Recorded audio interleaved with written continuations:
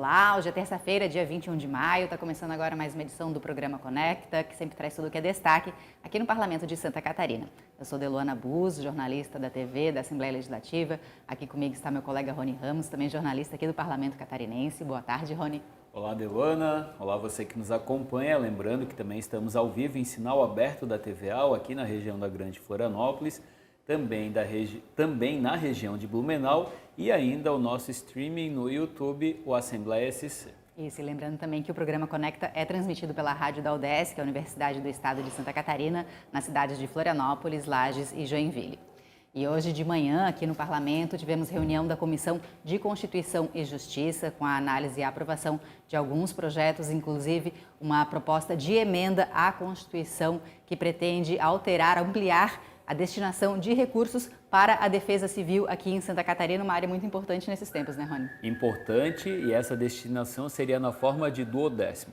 Lembrando que o duodécimo é uma divisão que o Estado faz dos recursos que chegam aos cofres, que distribuem para a Assembleia Legislativa, Tribunal de Contas ou Tribunal de Justiça e ao UDESC. Isso é chamado de duodécimo. Essa proposta de emenda à Constituição do deputado Camilo pegaria 0,5% dessa receita do Estado para que esses recursos sejam anualmente destinados aí ao Fundo Estadual da Defesa Civil na prevenção e também em situações críticas de calamidades por questões climáticas aqui em Santa Catarina. Nem precisamos falar, né, Deluana, do que o Rio Grande do Sul está vivendo hoje. Santa Catarina é expert já em tragédias climáticas e mesmo assim uma é diferente das outras, né?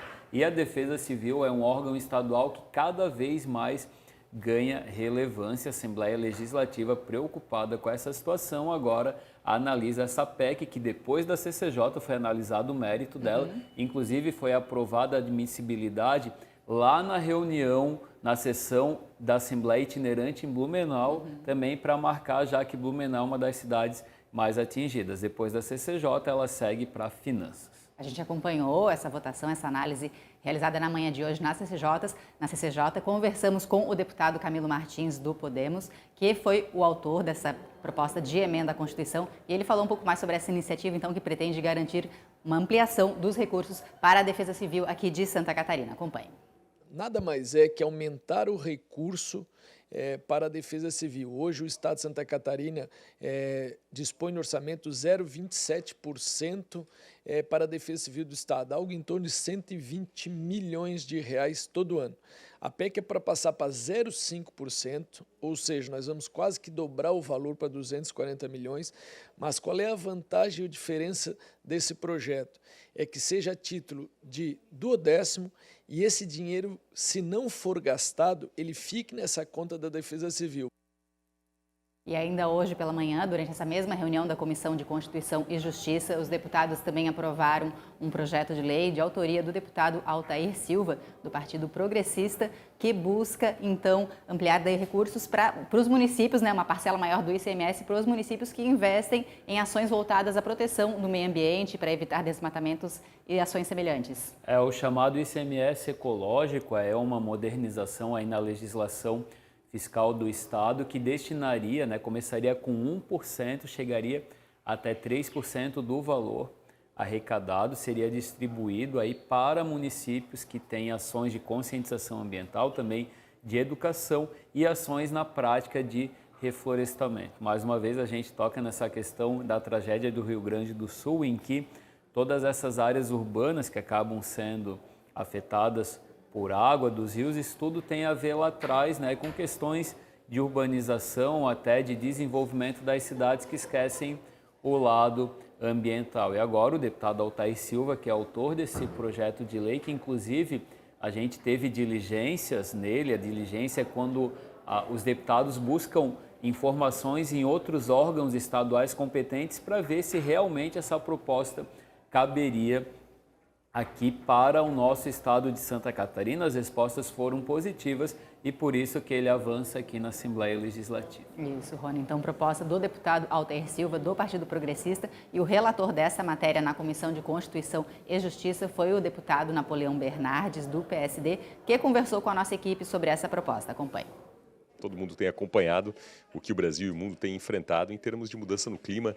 Nós temos em Santa Catarina muitos exemplos, estiagens prolongadas, chuvas prolongadas, até ciclone a gente tem percebido por aqui, eventualmente. E, portanto, essa medida visa justamente a incentivar e premiar aqueles municípios que têm as melhores práticas em termos de proteção ambiental, de proteção à natureza, e, portanto, teve aqui o parecer favorável no âmbito da Comissão de Constituição e Justiça.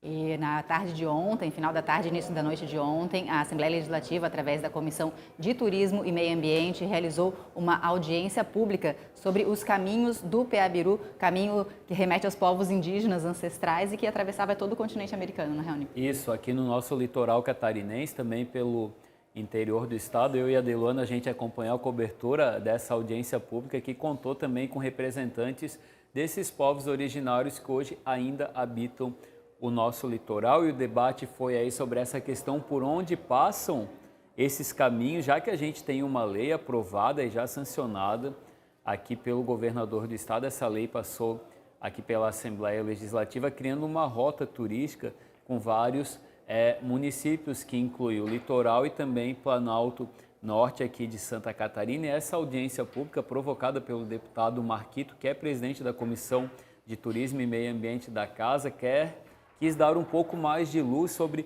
que outros municípios também possam integrar, já que a gente tem vestígios aí dessas trilhas, né? Lembrando aí a importância que passa não só pelo turismo, mas a preservação dos costumes e também a questão cultural e ambiental que envolvem tudo isso. E a gente também acompanhou lá, né, Delane, conversou com várias entidades e órgãos que fazem parte dessa articulação e dessas conversas. Isso, exatamente, Rony. A gente conversou, inclusive, com a cacique da aldeia Iacamporã, que é a Liara Antunes. Conversamos também com a representante do IPHAN, que é o Instituto do Patrimônio Histórico e Artístico Nacional, a Helena Regina Santiago, e também com o deputado Marquito, do PSOL, que, como o Rony já falou, é o presidente da Comissão de Turismo e Meio Ambiente e foi também o proponente dessa audiência pública. E eles falaram um pouco mais sobre essa questão do caminhos do Peabiru aqui em Santa Catarina e também aí no continente. Acompanhe. Era tipo uma rota de comércios, né, de trocas, que na época não tinha essa coisa do capitalismo, mas sim a troca, né, dos alimentos, das sementes, das raízes. E o povo guarani é um povo coletor. A gente sabe que existe muita reivindicação sobre vestígios do caminho, né, e o IPHAN, como órgão responsável pelo patrimônio arqueológico, precisa participar dessas discussões, até para esclarecer, né, o que foi até hoje achado, comprovado, né? A gente não tem, até o momento, em cadastros oficiais arqueológicos, vestígios comprovadamente ligados, materiais comprovadamente ligados ao caminho do Peabiru, então isso é importante também trazer, né? Uma história de muito tempo atrás, mas muito presente na busca de informações de antropólogos, historiadores, geógrafos, a memória também dos povos tradicionais indígenas, que hoje, inclusive, aqui mesmo na terra indígena, no Morro dos Cavalos, tem um trabalho de turismo básico comunitário baseado nos caminhos de Peabiru, assim como tem em várias outras regiões, né? Então, é fundamental esse momento, acho que a casa ganha muito de valorizar e conecta com uma ação legislativa. Lembrando que a reportagem completa, né, a cobertura completa dessa audiência pública realizada aqui no Parlamento já está na nossa agência de notícias, www.alesc.sc.gov.br, e também com cobertura das redes sociais aqui do Parlamento. E é sobre as redes sociais que a gente conversa agora com o nosso colega Lucas Diniz, que já está aqui com a gente. Oi, Lucas, tudo bom? Boa tarde. Tudo bem? Olá, Deluana. Olá, Rony. Olá, vocês que nos acompanham. O nosso quadro aqui, no caso, Deputada na Rede de hoje, vai ficar com a deputada Ana Campanholo. A deputada Ana Campanholo fez aí uma postagem nas redes sociais dela sobre um pronunciamento que ela deu na tribuna, falando de um projeto de autoria dela que ela protocolou, que proíbe aí a presença de crianças em eventos LGBT. A deputada falou bastante sobre o assunto na tribuna e eu convido você aí, se você não conhece ainda o trabalho da deputada Ana Campanholo, é só entrar no Instagram dela, @AnaCampanholo.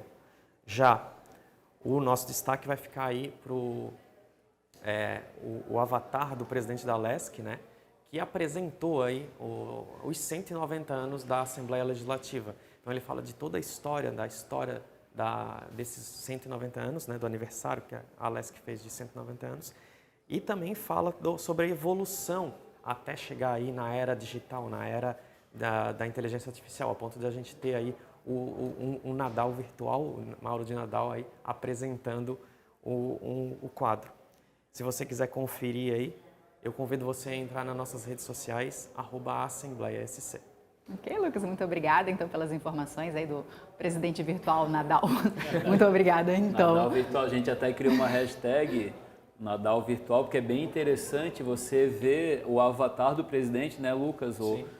As postagens que o próprio faz é muito semelhante, né? E também é um alerta, o próprio presidente nas redes dele faz, em relação ao quão a inteligência artificial pode ser usada para o bem, nesse caso, né? O avatar apresentando a Alesc, ou também, né, dos malefícios, e a Alesc então embarcando já no IA e apresentando para os nossos seguidores. É bem fácil, procura lá no @AssembleiaSC, está lá no nosso Instagram. Isso aí, perfeito. Então, muito obrigada, Lucas, pelas informações todas. E a gente realizou aqui no Parlamento também, na noite de ontem, uma sessão especial em homenagem ao ex-jogador de futebol Filipe Luiz, ele que já jogou pelo Figueirense, pelo Flamengo e também pela seleção brasileira. Sim, uma movimentação bem grande aqui no hall. A Deluana é mãe de jogador de futebol, né, Delu? Sim.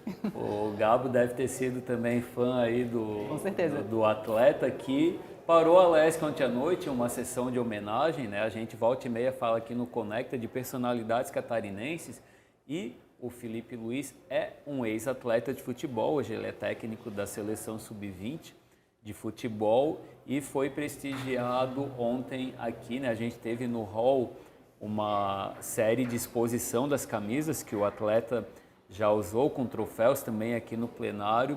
Foi bem bacana, a gente também já tem um conteúdo lá nos nossos stories que você pode acompanhar um pouco desse clima que foi ontem aqui na Assembleia Legislativa, né?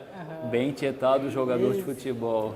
De Jaraguá do Sul para o mundo, né? Isso. A gente acompanhou também essa sessão especial realizada aqui no plenário. Conversamos com os deputados Antídio Lunelli, do MDB, e também com o deputado Vicente Caro Preso, que são lá da região onde nasceu o jogador Filipe Luiz. E conversamos também com o próprio jogador. Acompanhe agora. O atleta, o verdadeiro atleta brasileiro. Então, pelo ser humano, pela família, pela simplicidade, pela humildade, pelo grande trabalho que ele faz em Jaraguá do Sul, em todas as regiões de Santa Catarina, eu me senti na honra em poder homenageá-lo. É uma homenagem muito merecida, porque é um grande atleta, é um homem que representa realmente os nossos atletas brasileiros. É um atleta diferente, né? E como exemplo de jaraguense, de catarinense, de pessoa que com toda humildade, com a ajuda da família, chegou onde chegou. Quem me conhece sabe que eu não gosto de falar muito do passado, olhar para trás, mas realmente é uma trajetória que me deixa muito orgulhoso. Da onde eu vim, tudo que eu passei, todo o esforço que eu tive para poder chegar onde eu cheguei, realmente me enche de orgulho e tenho certeza que foi primordial a educação que eu recebi na minha cidade, dos meus pais. A cidade e o estado que eu nasci me forjaram como um ser humano íntegro e isso me deixa muito orgulhoso. A cobertura completa também dessa sessão especial realizada aqui pelo Parlamento também já está disponível ali nas redes sociais da Assembleia Legislativa e também na nossa agência de notícias. E também já está no ar mais uma edição do podcast aqui do Parlamento, Ordem do Dia, dessa vez com a deputada Paulinha, falando sobre o uso excessivo de tecnologia por crianças e adolescentes. E que gerou bastante debate nas nossas redes sociais. O vídeo aí já está na casa de quase 25 mil visualizações, já que o assunto é bem relevante, né? A gente conversou com a deputada Paulinha nesse podcast, que é um jogo rápido. Ela fala de um projeto de lei dela que está tramitando já aqui na Assembleia Legislativa, e você acompanha um trechinho agora. A gente perguntou para as pessoas, quando a gente posta um primeiro vídeo de uma experiência real, né? E a ideia é isso, a criança vai chegar na escola, vai deixar o telefone numa caixinha e terminou, bateu o sinal, acabou a rotina, inclusive para ela ter um recreio saudável, os intervalos, ela poder se comunicar com os coleguinhas, entende? Melhorar o seu espectro de socialização, ela não vai ter o telefone, ela vai ter na hora que bateu o sinal, vai embora para casa e pega o telefone para se comunicar com o pai e com a mãe. Então, já está disponível então, esse podcast aí também nas redes sociais da Assembleia Legislativa e no Spotify aqui do Parlamento. Agora falando um pouco sobre a agenda aqui da Assembleia Legislativa, né? Hoje, terça-feira, dia de sessão ordinária aqui no Parlamento, com transmissão ao vivo pela TVA e também pelo nosso canal no YouTube. E a gente tem previsto também uma audiência pública que será realizada amanhã, no final da tarde, para falar sobre o transporte ferroviário aqui em Santa Catarina, reunião que será realizada pela Comissão de Transporte e Desenvolvimento Urbano. Sim, uma proposição do deputado Antídio Lunelli, nesse volta e meia também.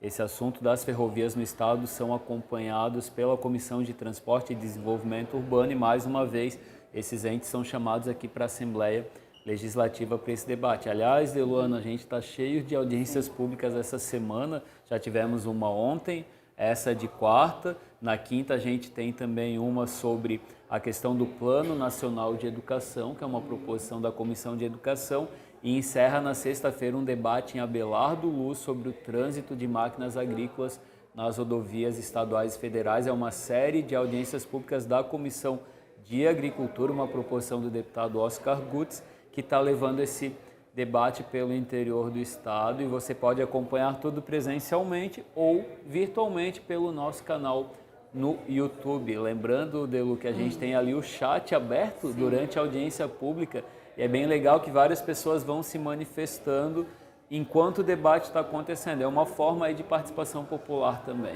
E lembrando também que as nossas equipes de comunicação acompanham todas essas audiências e depois preparam um material explicando o que foi definido, quais são as implicações aqui para o estado de Santa Catarina. O programa Conecta vai ficando por aqui, então. Uma boa tarde para todos. Obrigado pela sua companhia e até a próxima.